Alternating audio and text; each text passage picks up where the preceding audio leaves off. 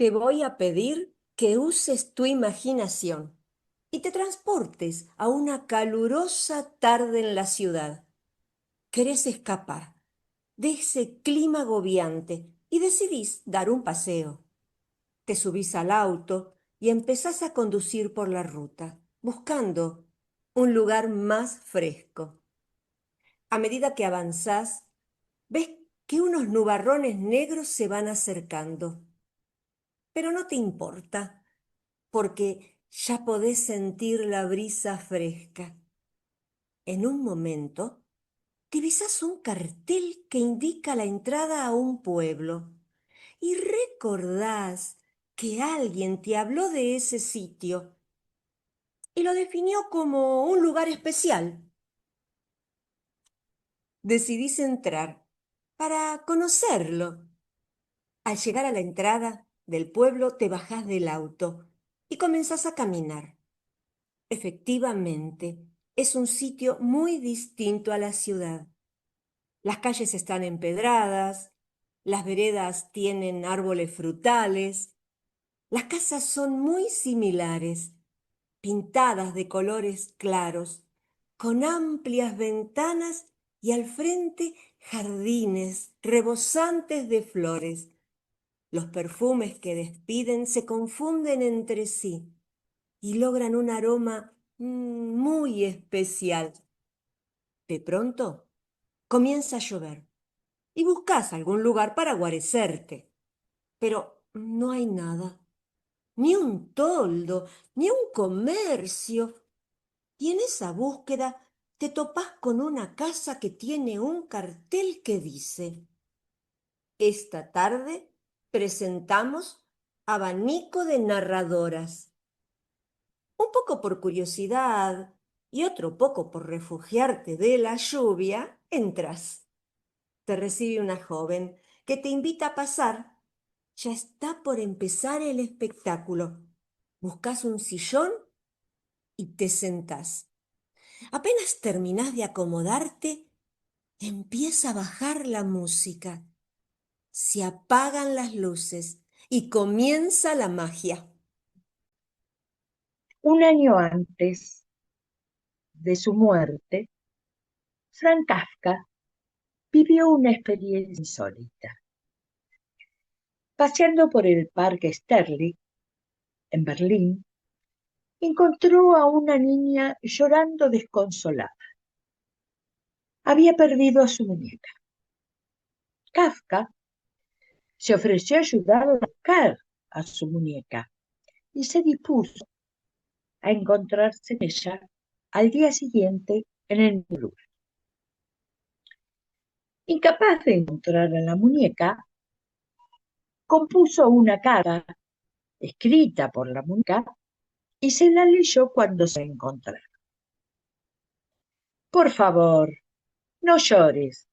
He salido de viaje para ver el mundo. Te voy a escribir sobre mis aventuras. Este fue el comienzo de muchas cartas. Cada vez que se reunían, él le leía estas cartas cuidadosamente compuestas de aventuras imaginarias. La niña sabía que su muñeca le estaba escribiendo. Por lo tanto, la niña fue consolada. Cuando las reuniones llegaron a su fin, Kafka le regaló una muñeca. Ella obviamente la veía distinta de la muñeca original. Una carta le explicó: mis viajes me han cambiado. Muchos años más tarde, la niña ya crecida encontró una carta metida en la muñeca. Decía: cada cosa que hagas es muy probable que la pierdas, pero al final el amor volverá de una manera diferente.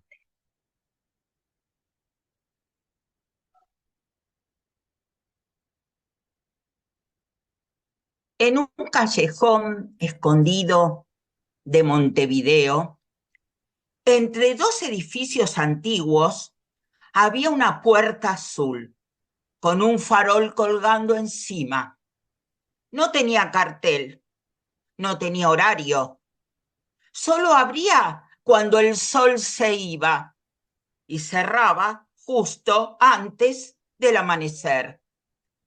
Aún así, quienes la conocían sabían cómo encontrarla.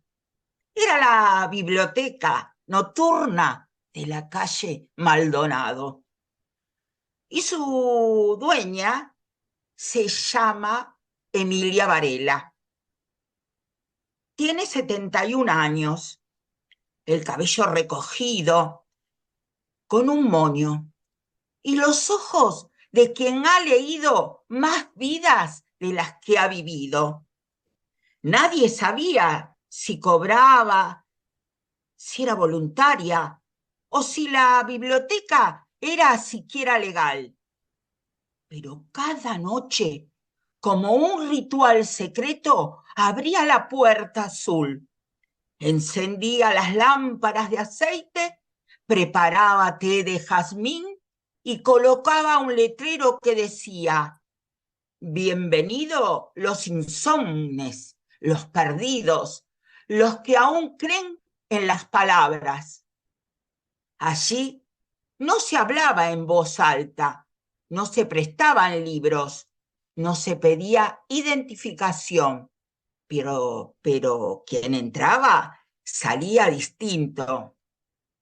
Había estudiantes que no sabían qué estudiar, ancianos con historias que nadie escuchaba, artistas rotos, amantes olvidados. Todos encontraban un rincón entre los estantes.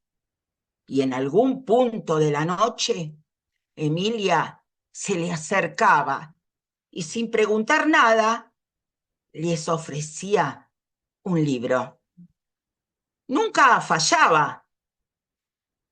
¿Cómo sabe cuál necesito?, le preguntó una vez un joven que acababa de perder a su padre.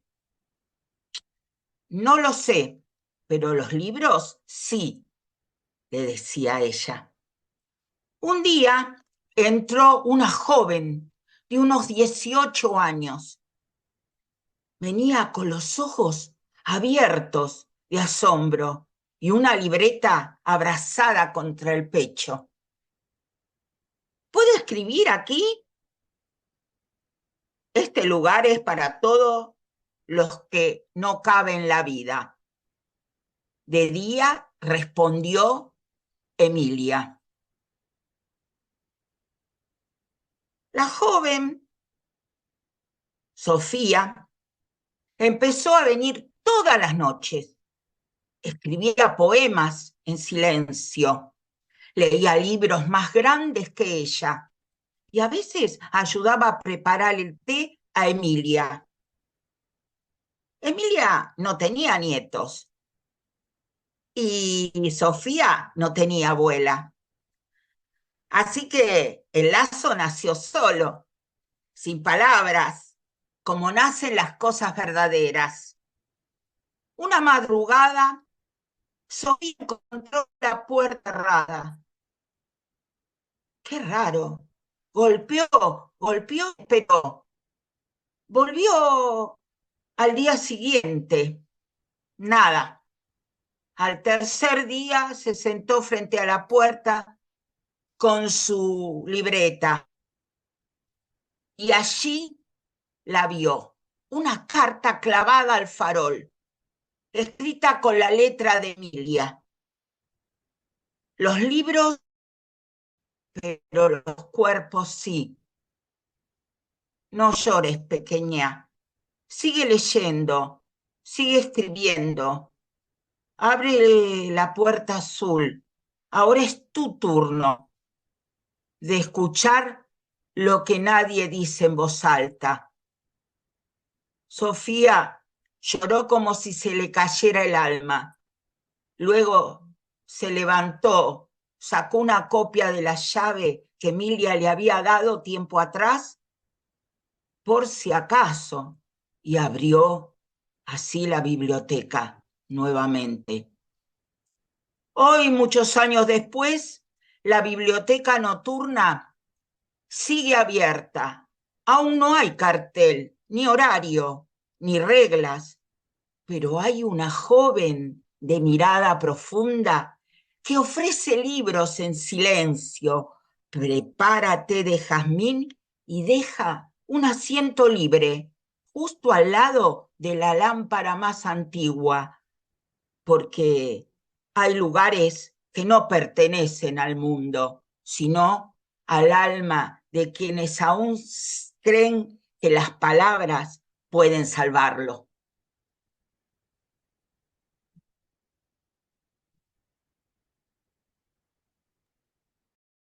El profesor Nantes había ideado un plan para incentivar a la gente a que haga actividades físicas. Para eso, juntó a un grupo de entusiastas jóvenes y visitaban distintas localidades para promocionar este plan que, según él, era revolucionario.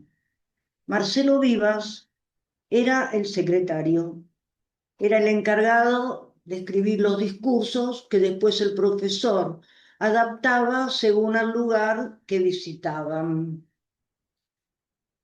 El espectáculo consistía primero en una charla del profesor y luego una demostración gimnástica de unas jóvenes muy ágiles y simpáticas. Luego del espectáculo, como he dicho, que promocionaba este plan, todos se juntaban a cenar, fundamentalmente en el club del barrio, de la zona al que habían visitado. Después de la cena, armaban un baile. Bailaban fundamentalmente el tango, que era lo que estaba de moda, es decir, un baile de pareja. Para el regreso, el profesor contrataba un micro en el que viajaban todos. Había una muchachita muy sencilla y de ojos muy profundos, llamada Natalia Oviedo, que tenía una relación sentimental con Gonzalo. Ellos aprovechaban, cuando se apagaba la luz del micro, hablar de sus cosas y darse algunos inocentes besos. Al terminar el verano se suspendió la actividad. El invierno venía crudo. Gonzalo supo al tiempo que Natalia había viajado con su familia al Canadá. Pasó casi medio siglo y una tarde Gonzalo fue al cine. Más que para ver la película, iba porque el calor agobiante lo tenía mal. Y gracias al aire acondicionado, en el cine se estaba con una temperatura agradable. En un momento se cortó la película y encendieron las luces. Unas filas más adelante de Gustavo había una señora, una vieja señora, muy derechita, que se acerca a Gonzalo y le dice: ¿Vos sos Gonzalo Vivas? Sí. ¡Ay, qué suerte! Yo soy Natalia Oviedo, ¿te acordás de mí? Gonzalo, extrañado, le dice: sí, tenés la misma mirada profunda de siempre. Y vos, la sonrisa que en tanto me gustaba. A esta altura, las que ríen son las arrugas. ¿Por dónde andás? Y tengo 80. Yo cumplo 79. Pero no estamos tan mal. Siguió la película y dice en un momento: ¿qué te parece si en lugar de ver esta película tan aburrida nos vamos a un café? Salieron del cine y fueron a una confitería cerca. Se sentaron en una mesa que estaba ubicada en una zona semi-reservada. Ahí, entre cerveza y cerveza, se pusieron al día. Yo soy contador público. Tengo un hijo que es científico y vive en el exterior. Estoy viudo. Ah, dijo Natalia, yo me casé con un aviador en Montreal. Ese casamiento duró nada, un horror. Me separé. Y luego me casé con un chileno que me dejó, muriendo hace poco, una hija que vive en Italia. Ah, pero tengo 2 nietos. Conversando, le dice Natalia, ¿te acordás de los viajes? Sí, ¿y vos? Y yo también. Pero vos te fuiste, Natalia. Sí, debí viajar con mi familia. Quise comunicarme con vos, pero no sabía cómo, no tenía ni tu teléfono ni tu dirección. Se hizo un silencio y Natalia acercó la silla a la de Gonzalo y apoyó su cabeza sobre el hombro recuperado. Se sintió tranquila y protegida. Natalia, dijo Gonzalo. Ella no contestó. Natalia repitió con voz esperanzada, ¿cuándo nos casamos? En las riberas del Paraná vivía una indiecita, de aspecto tosco, pero una voz muy dulce.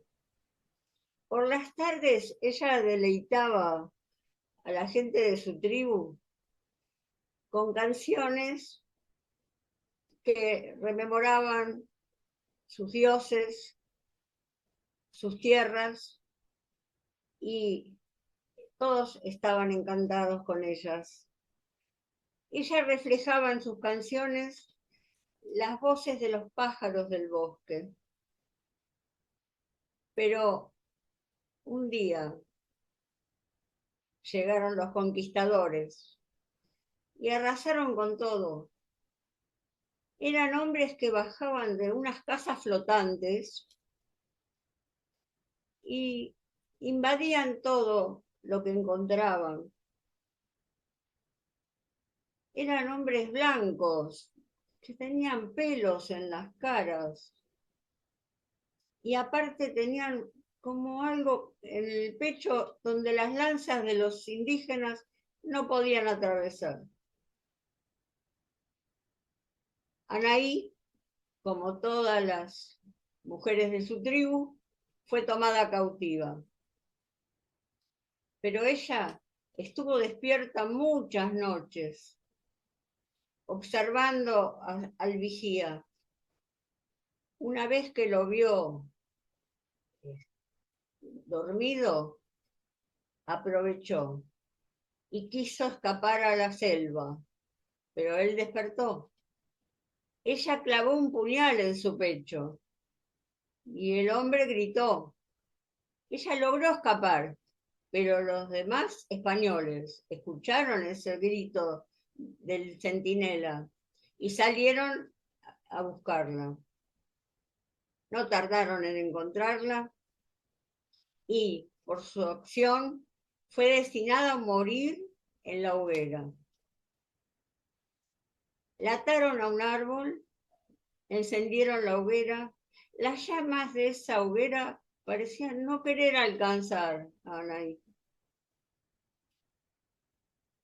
Finalmente, Anaí se fue convirtiendo en árbol, misteriosamente.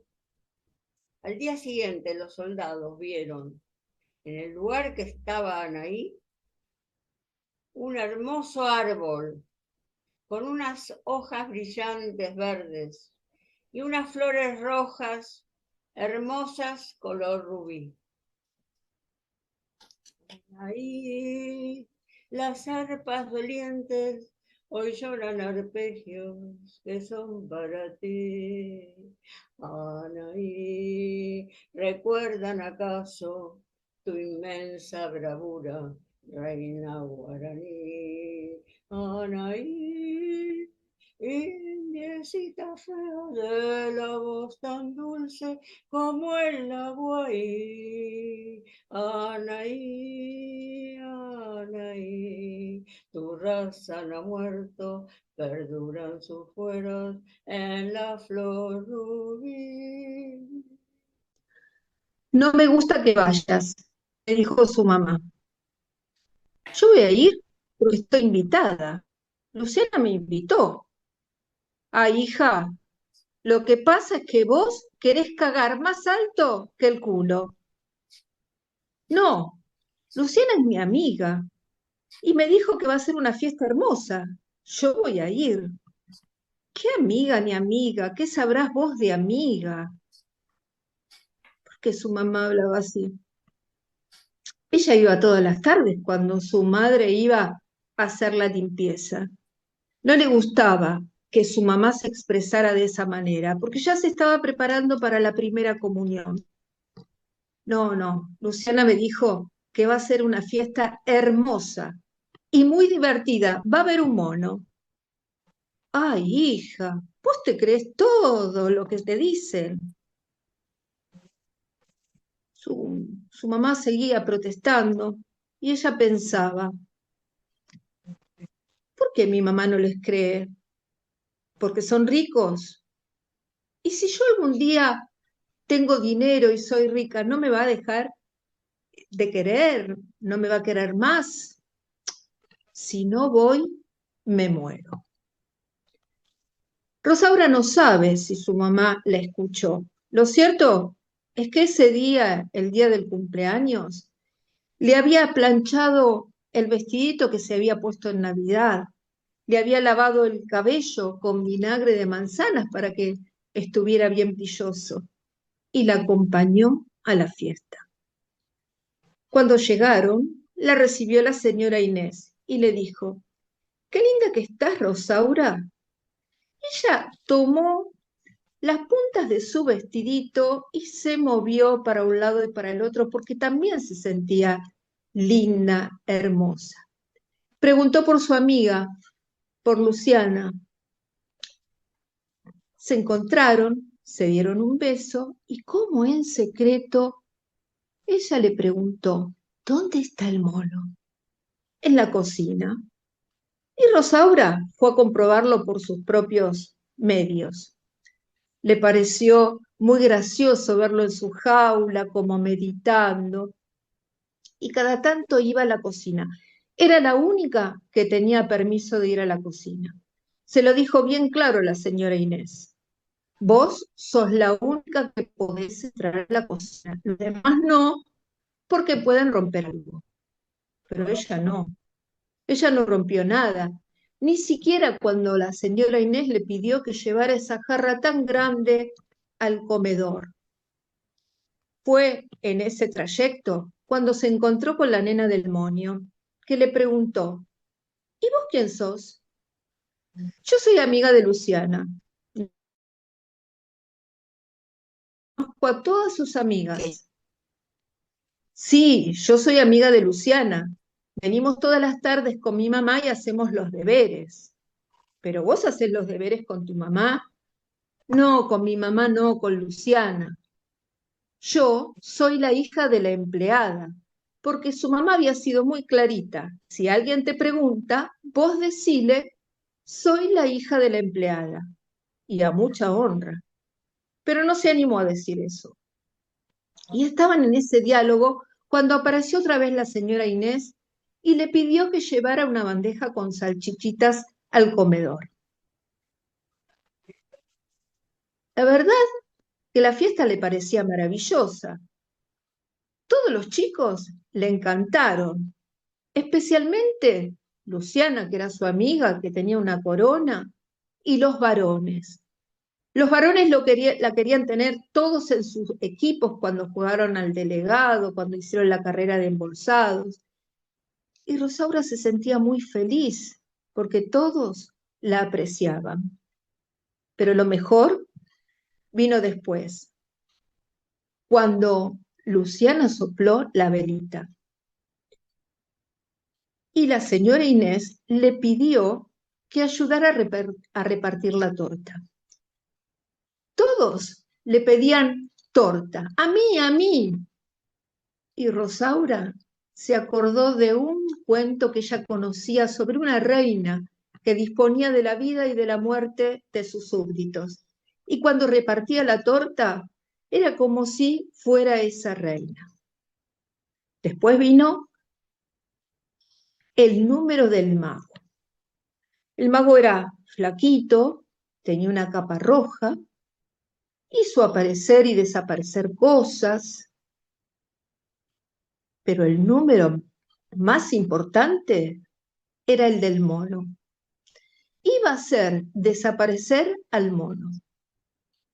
Para este número, eligió un gordito para que lo ayudara, pero el gordito se pegó tal susto que tiró al mono al suelo. Entonces el mago lo mira y le dice, no hay que ser tan cagón, amigo, ¿eh?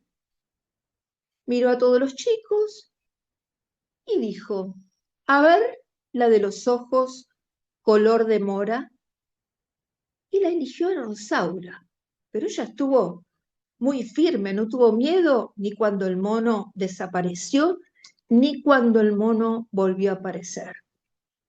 Y el mago, cuando terminó el número, le dice, gracias, señora condesa. Y se sintió tan feliz que fue lo primero que le dijo cuando vino su mamá a buscarla. Su madre la vio tan contenta y ella también se sintió contenta. La señora Inés les pidió que esperaran ahí en el hall. ¿Qué estamos haciendo acá? Ay, mamá, este es el momento de los regalos. Todo el que se va recibe un regalo. Si es varón, la señora Inés le da un yo-yo. Y si es una nena, le da una pulsera. Ella, en realidad, quería el yo-yo, pero no le dijo nada a su madre. La señora Inés efectivamente apareció con 2 bolsas, una celeste y una rosa. Al gordito le entregó el yo-yo y a la niña la pulsera. Y cuando se quedó junto a la señora Herminia y a Rosaura le dijo, ay, Herminia, qué hija que tiene. En ese momento, Rosaura pensó que se iba a llevar los 2 regalos. Pero la señora Inés extendió la mano y sacó de su bolsillo 2 billetes. Y le dijo, toma, querida, esto te lo ganaste hoy por tu trabajo. Rosaura quedó dura. Se arrinconó junto al cuerpo de su mamá, que le pasó la mano por el hombro. Dejó a la señora Inés con la mano extendida aún y no le quitó los ojos de sus ojos, como si un pequeño movimiento pudiera romper tan delicado equilibrio. Les voy a contar la historia del Club de los Perfectos, porque los perfectos habían formado un club. ¿Quiénes eran los perfectos? Los perfectos no son ni altos ni bajos, ni gordos ni flacos. Tienen todos los dientes parejos y no tienen pie plano. Piden las cosas por favor, hablan despacio, están siempre bien planchados, bien peinados. No se ríen a carcajadas ni lloran a moco tendido. No se comen las uñas y mucho menos se hacen pis encima. No hablan con la boca llena. Hay que reconocer que no eran muchos los perfectos, pero pocos y todo decidieron formar un club, porque ya se sabe que a los perfectos les gusta comer con perfectos, conversar con perfectos, casarse con perfectos. En el barrio había otros 2 clubes. El Deportivo Santa Rita, que era un club de fútbol y que los sábados a la tarde se jugaban los partidos, y el Social Juan B. Justo, que era el club de los bailes. Los sábados a la noche, la gente del barrio iba a bailar en sus instalaciones. Pero el Club de los Perfectos era otra cosa. Por empezar, no era ni un tinglado ni una cancha de fútbol. Era una casa señorial, pintada de blanco, con enormes ventanas, rejas negras, una verja y en el frente un jardín. Pero en ese jardín no crecían margaritas, malbones, dalias. No, no, no. Había esbeltas palmeras, rosales de todos colores y hasta orquídeas. Eran tan raros que la gente del barrio iba a visitarlos.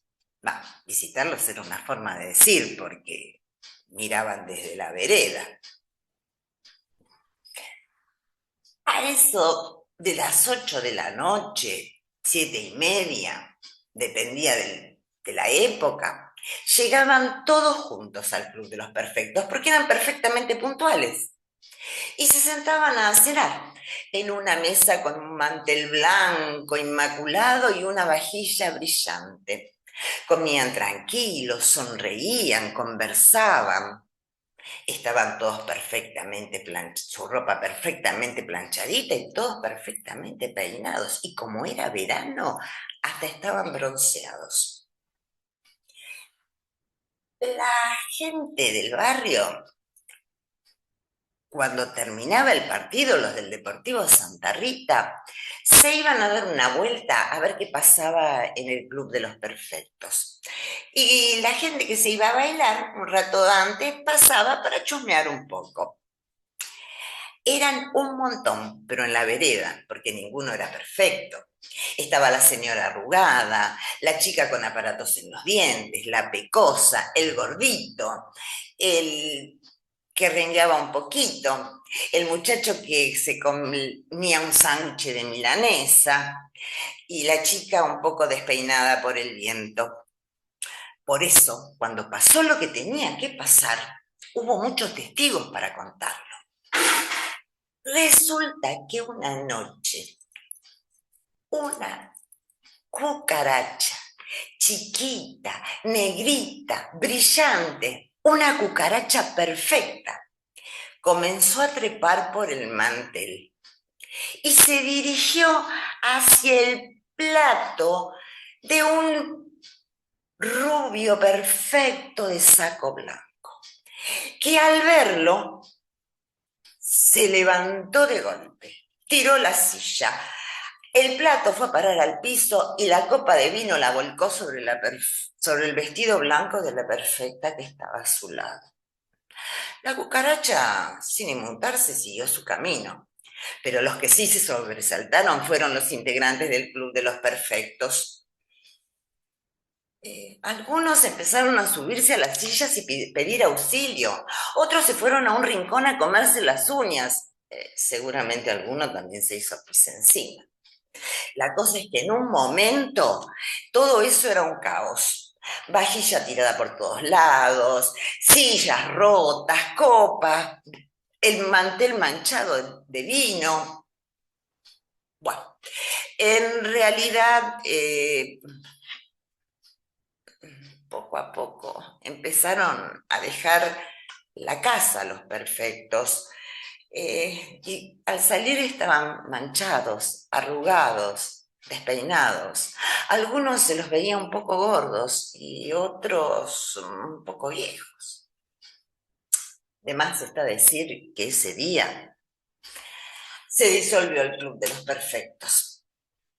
Y cuentan en el barrio que ahora algunos de los que eran sus integrantes van los sábados a la tarde a ver los partidos del Deportivo Santa Rita.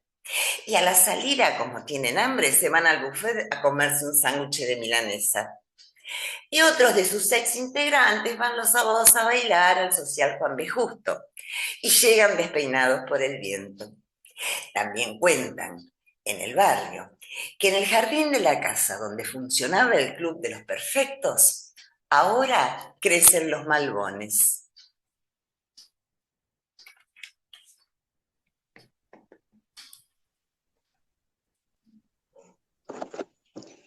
Él vivía en una especie de torre.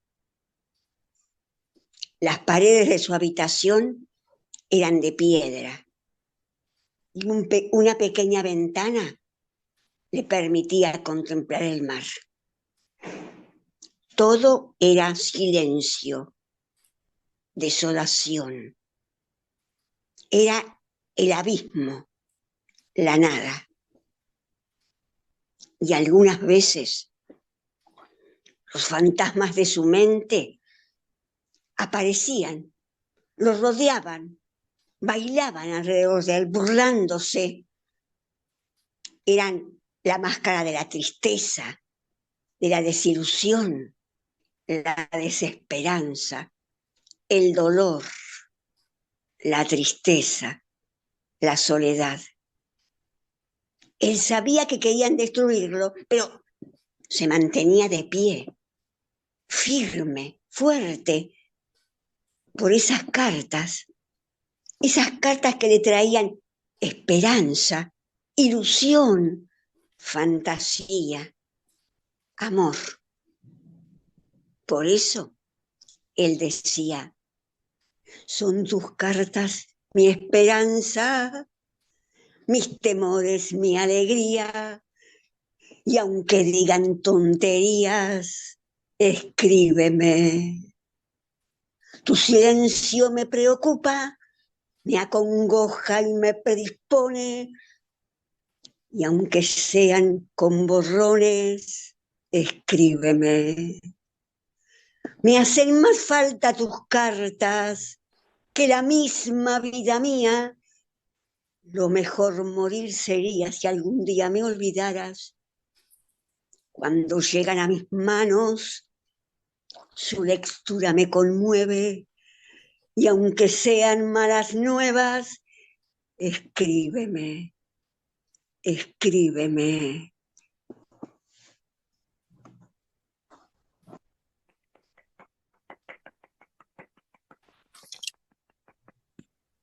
Loreta conoció a Sam y a Ana el día que le salvó la vida a Sam.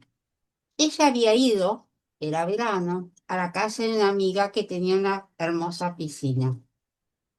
Loreta y Sam era un matrimonio ya grande, de 80 y 89 años respectivamente. Las mujeres, la dueña de casa y la esposa, querían que Sam se metiera a la pileta porque hacía mucho calor y que nadara un rato, mientras ellas ingresaban a la casa a hacer los arreglos para el almuerzo.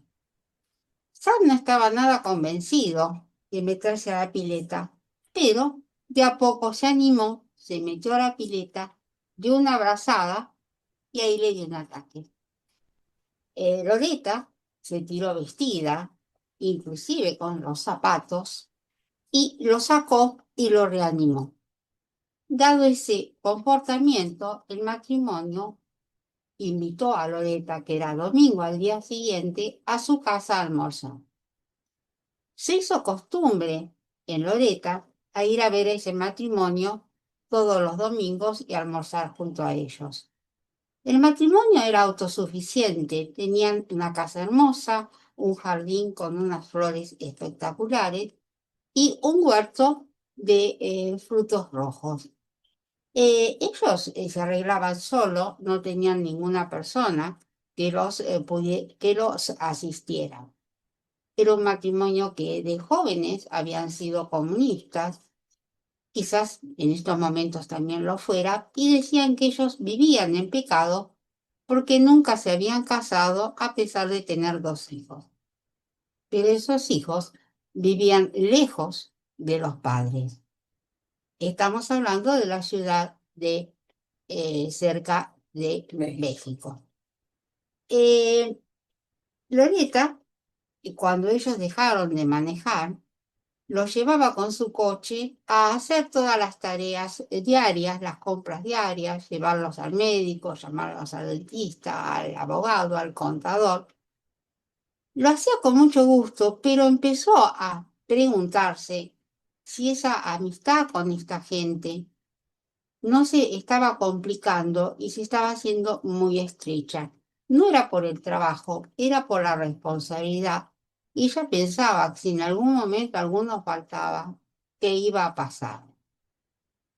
Ana enfermó de neumonía, tuvo que ser internada, estuvo con oxígeno y ella todos los días iba a buscar en su coche a Sam, la llevaba al hospital y luego a la noche la devolvía a su casa, le servía la cena y la ayudaba a acostar. Afortunadamente, Ana mejoró y volvió a la casa. Loreta seguía pensando en esa situación, qué pasaba si a ellos les pasaba algo a alguno de ellos, cómo se iba a resolver la situación. Al siguiente domingo, que siempre iba a almorzar, le costó horrores levantarse, siempre con ese pensamiento, pero dijo, tengo que ir. Tomó el coche y se fue a la finca, que estaba a unos 50 kilómetros de la Ciudad de México. Cuando llegó, en vez de entrar por la entrada principal del jardín, pegó la vuelta y entró. Ellos estaban por la puerta de atrás. Se sentaban, hablando, sentados en el porche. Uno decía, qué raro, tan tarde, quizás no venga, se ha cansado de nosotros, le estamos dando mucho trabajo. No, decía la otra voz, eso es imposible, porque pobrecita, ella está sola, no tiene familia. Su familia somos nosotros. Nosotros la vamos a cuidar si pasa algo, y por eso tenemos que cuidarnos mucho. Al escuchar esto, a Loret se le llenaron los ojos de lágrimas y con voz que buscó que fuera muy juvenil y muy alegre, gritó, ¿hay alguien en la casa?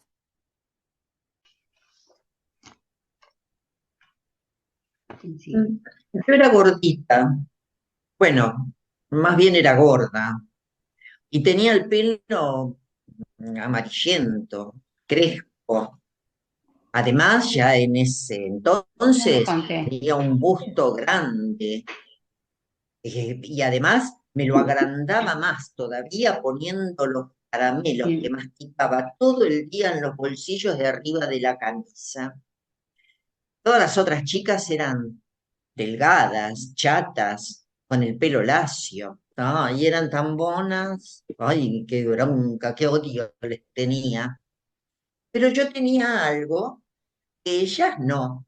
Mi padre tenía una librería. No es que yo la aprovechara mucho, ¿eh? No, no, a mí no me gustaba leer. Pero tampoco permitía que las otras chicas lo aprovecharan. Porque para los cumpleaños yo no les regalaba libros, ni siquiera los más baratos. No. Todos los años les regalaba una postal de Recife, que era la ciudad donde vivíamos nosotros. Y atrás le ponía siempre lo mismo. Feliz cumpleaños, feliz natalicio. No les gustaba mucho que todos los años le regalara lo mismo. Había una de esas chicas a la que le encantaba leer. Y con ella me empeciné y la hostigué todo lo que pude. Un día, como al pasar, estando ella presente, dije que mi padre había recibido el libro Las travesuras de Naricita. En esa época era un libro muy famoso, gordo, pero muy caro. Yo vi como a ella se le encendieron los ojos. Entonces le dije, pasa mañana por mi casa, que te lo presto. Ella estaba feliz, y se fue dando saltitos la boba. Al día siguiente vino a mi casa, la atendí en la puerta y le dije, ay, ¿venís a buscar el libro? ¿Sabés que se lo presté a otra chica? Bueno, vení mañana, mañana lo voy a tener. Al día siguiente volvió y le dije, ay, ¿sabés que no me lo devolvió todavía? Pero yo te lo voy a prestar, vení mañana. Y así día tras día. Hasta que un día yo la estaba atendiendo en la puerta y apareció mi mamá. Yo creo que a mi mamá le debe haber llamado la atención que esa chica viniera todos los días. Y preguntó qué pasaba.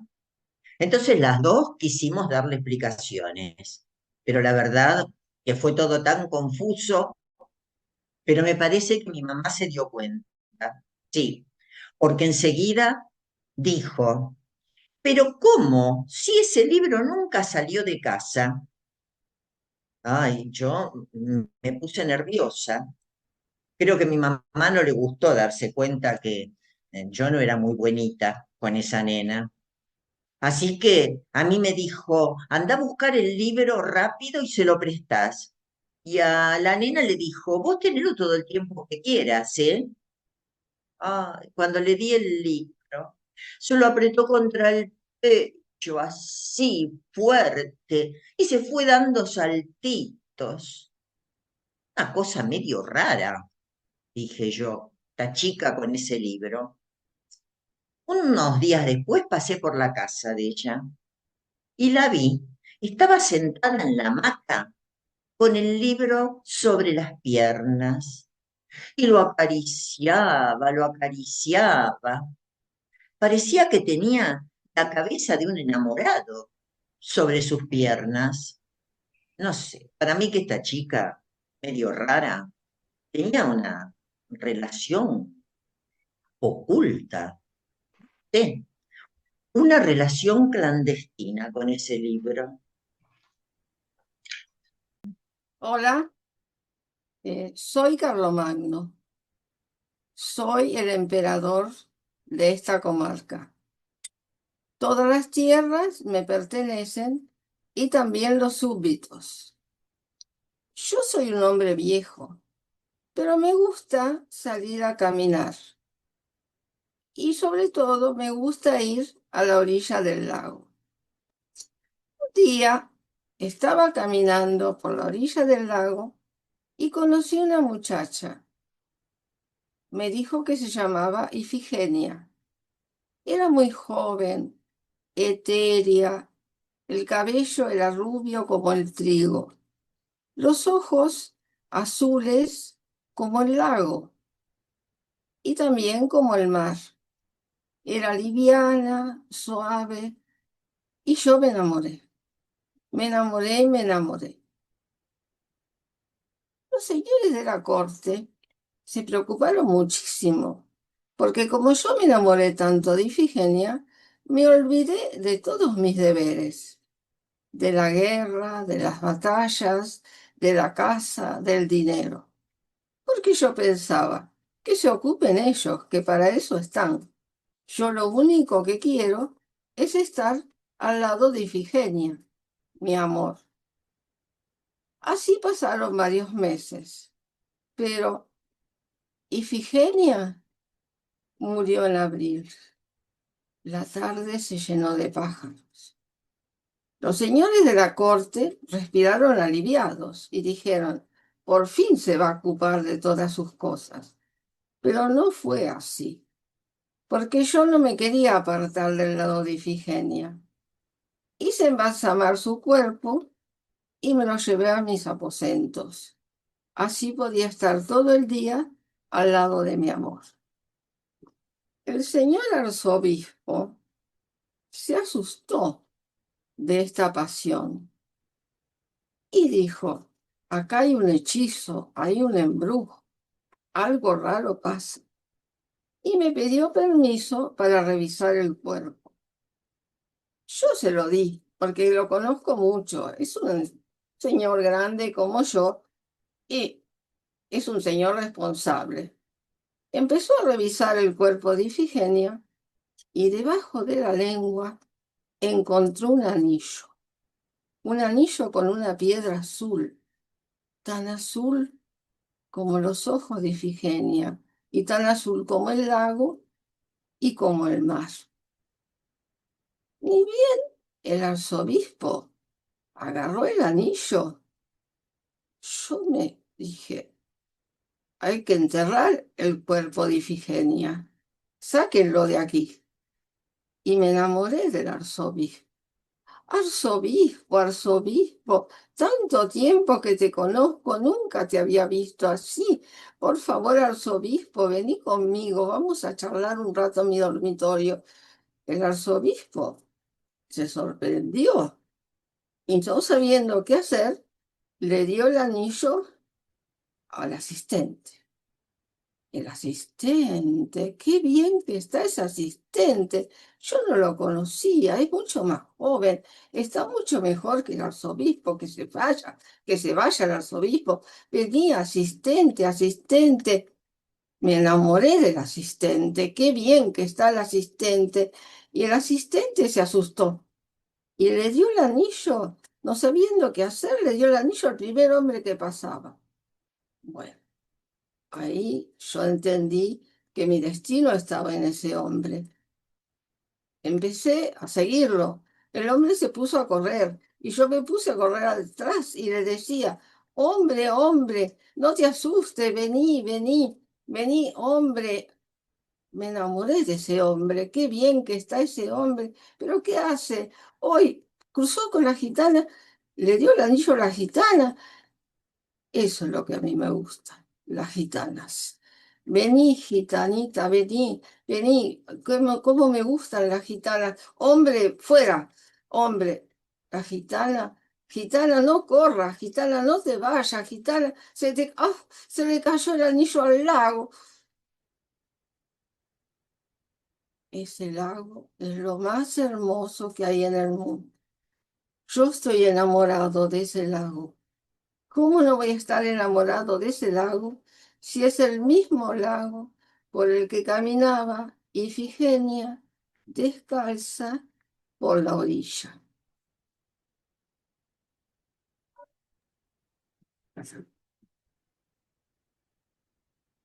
El espectáculo terminó. Salís del salón y te despide la joven que te dio la bienvenida. Ya dejó de llover.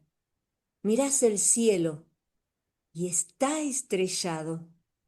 O quizás las estrellas están en tu corazón. Soy Laura Barbalaco y conté el cuento Kafka y la muñeca de Jordi Sierra. Soy María Fernanda Bartra y conté La biblioteca de autor anónimo.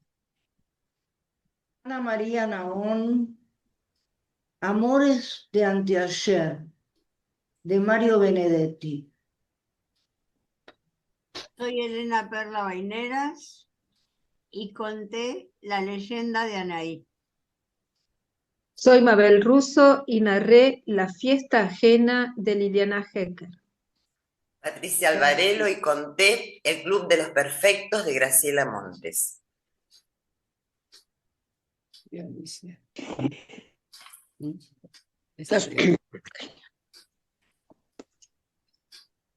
Soy Dionisia Musaber y conté una adaptación de la canción Escríbeme de Castillo Bustamante.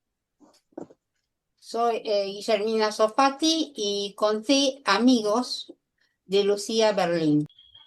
Soy María Isabel Díaz y narré una adaptación del cuento Felicidad clandestina de Clarice Lispector. Soy Juana Sopati y narré una adaptación del cuento El anillo encantado de María Teresa Alberto. Muchas gracias a todos.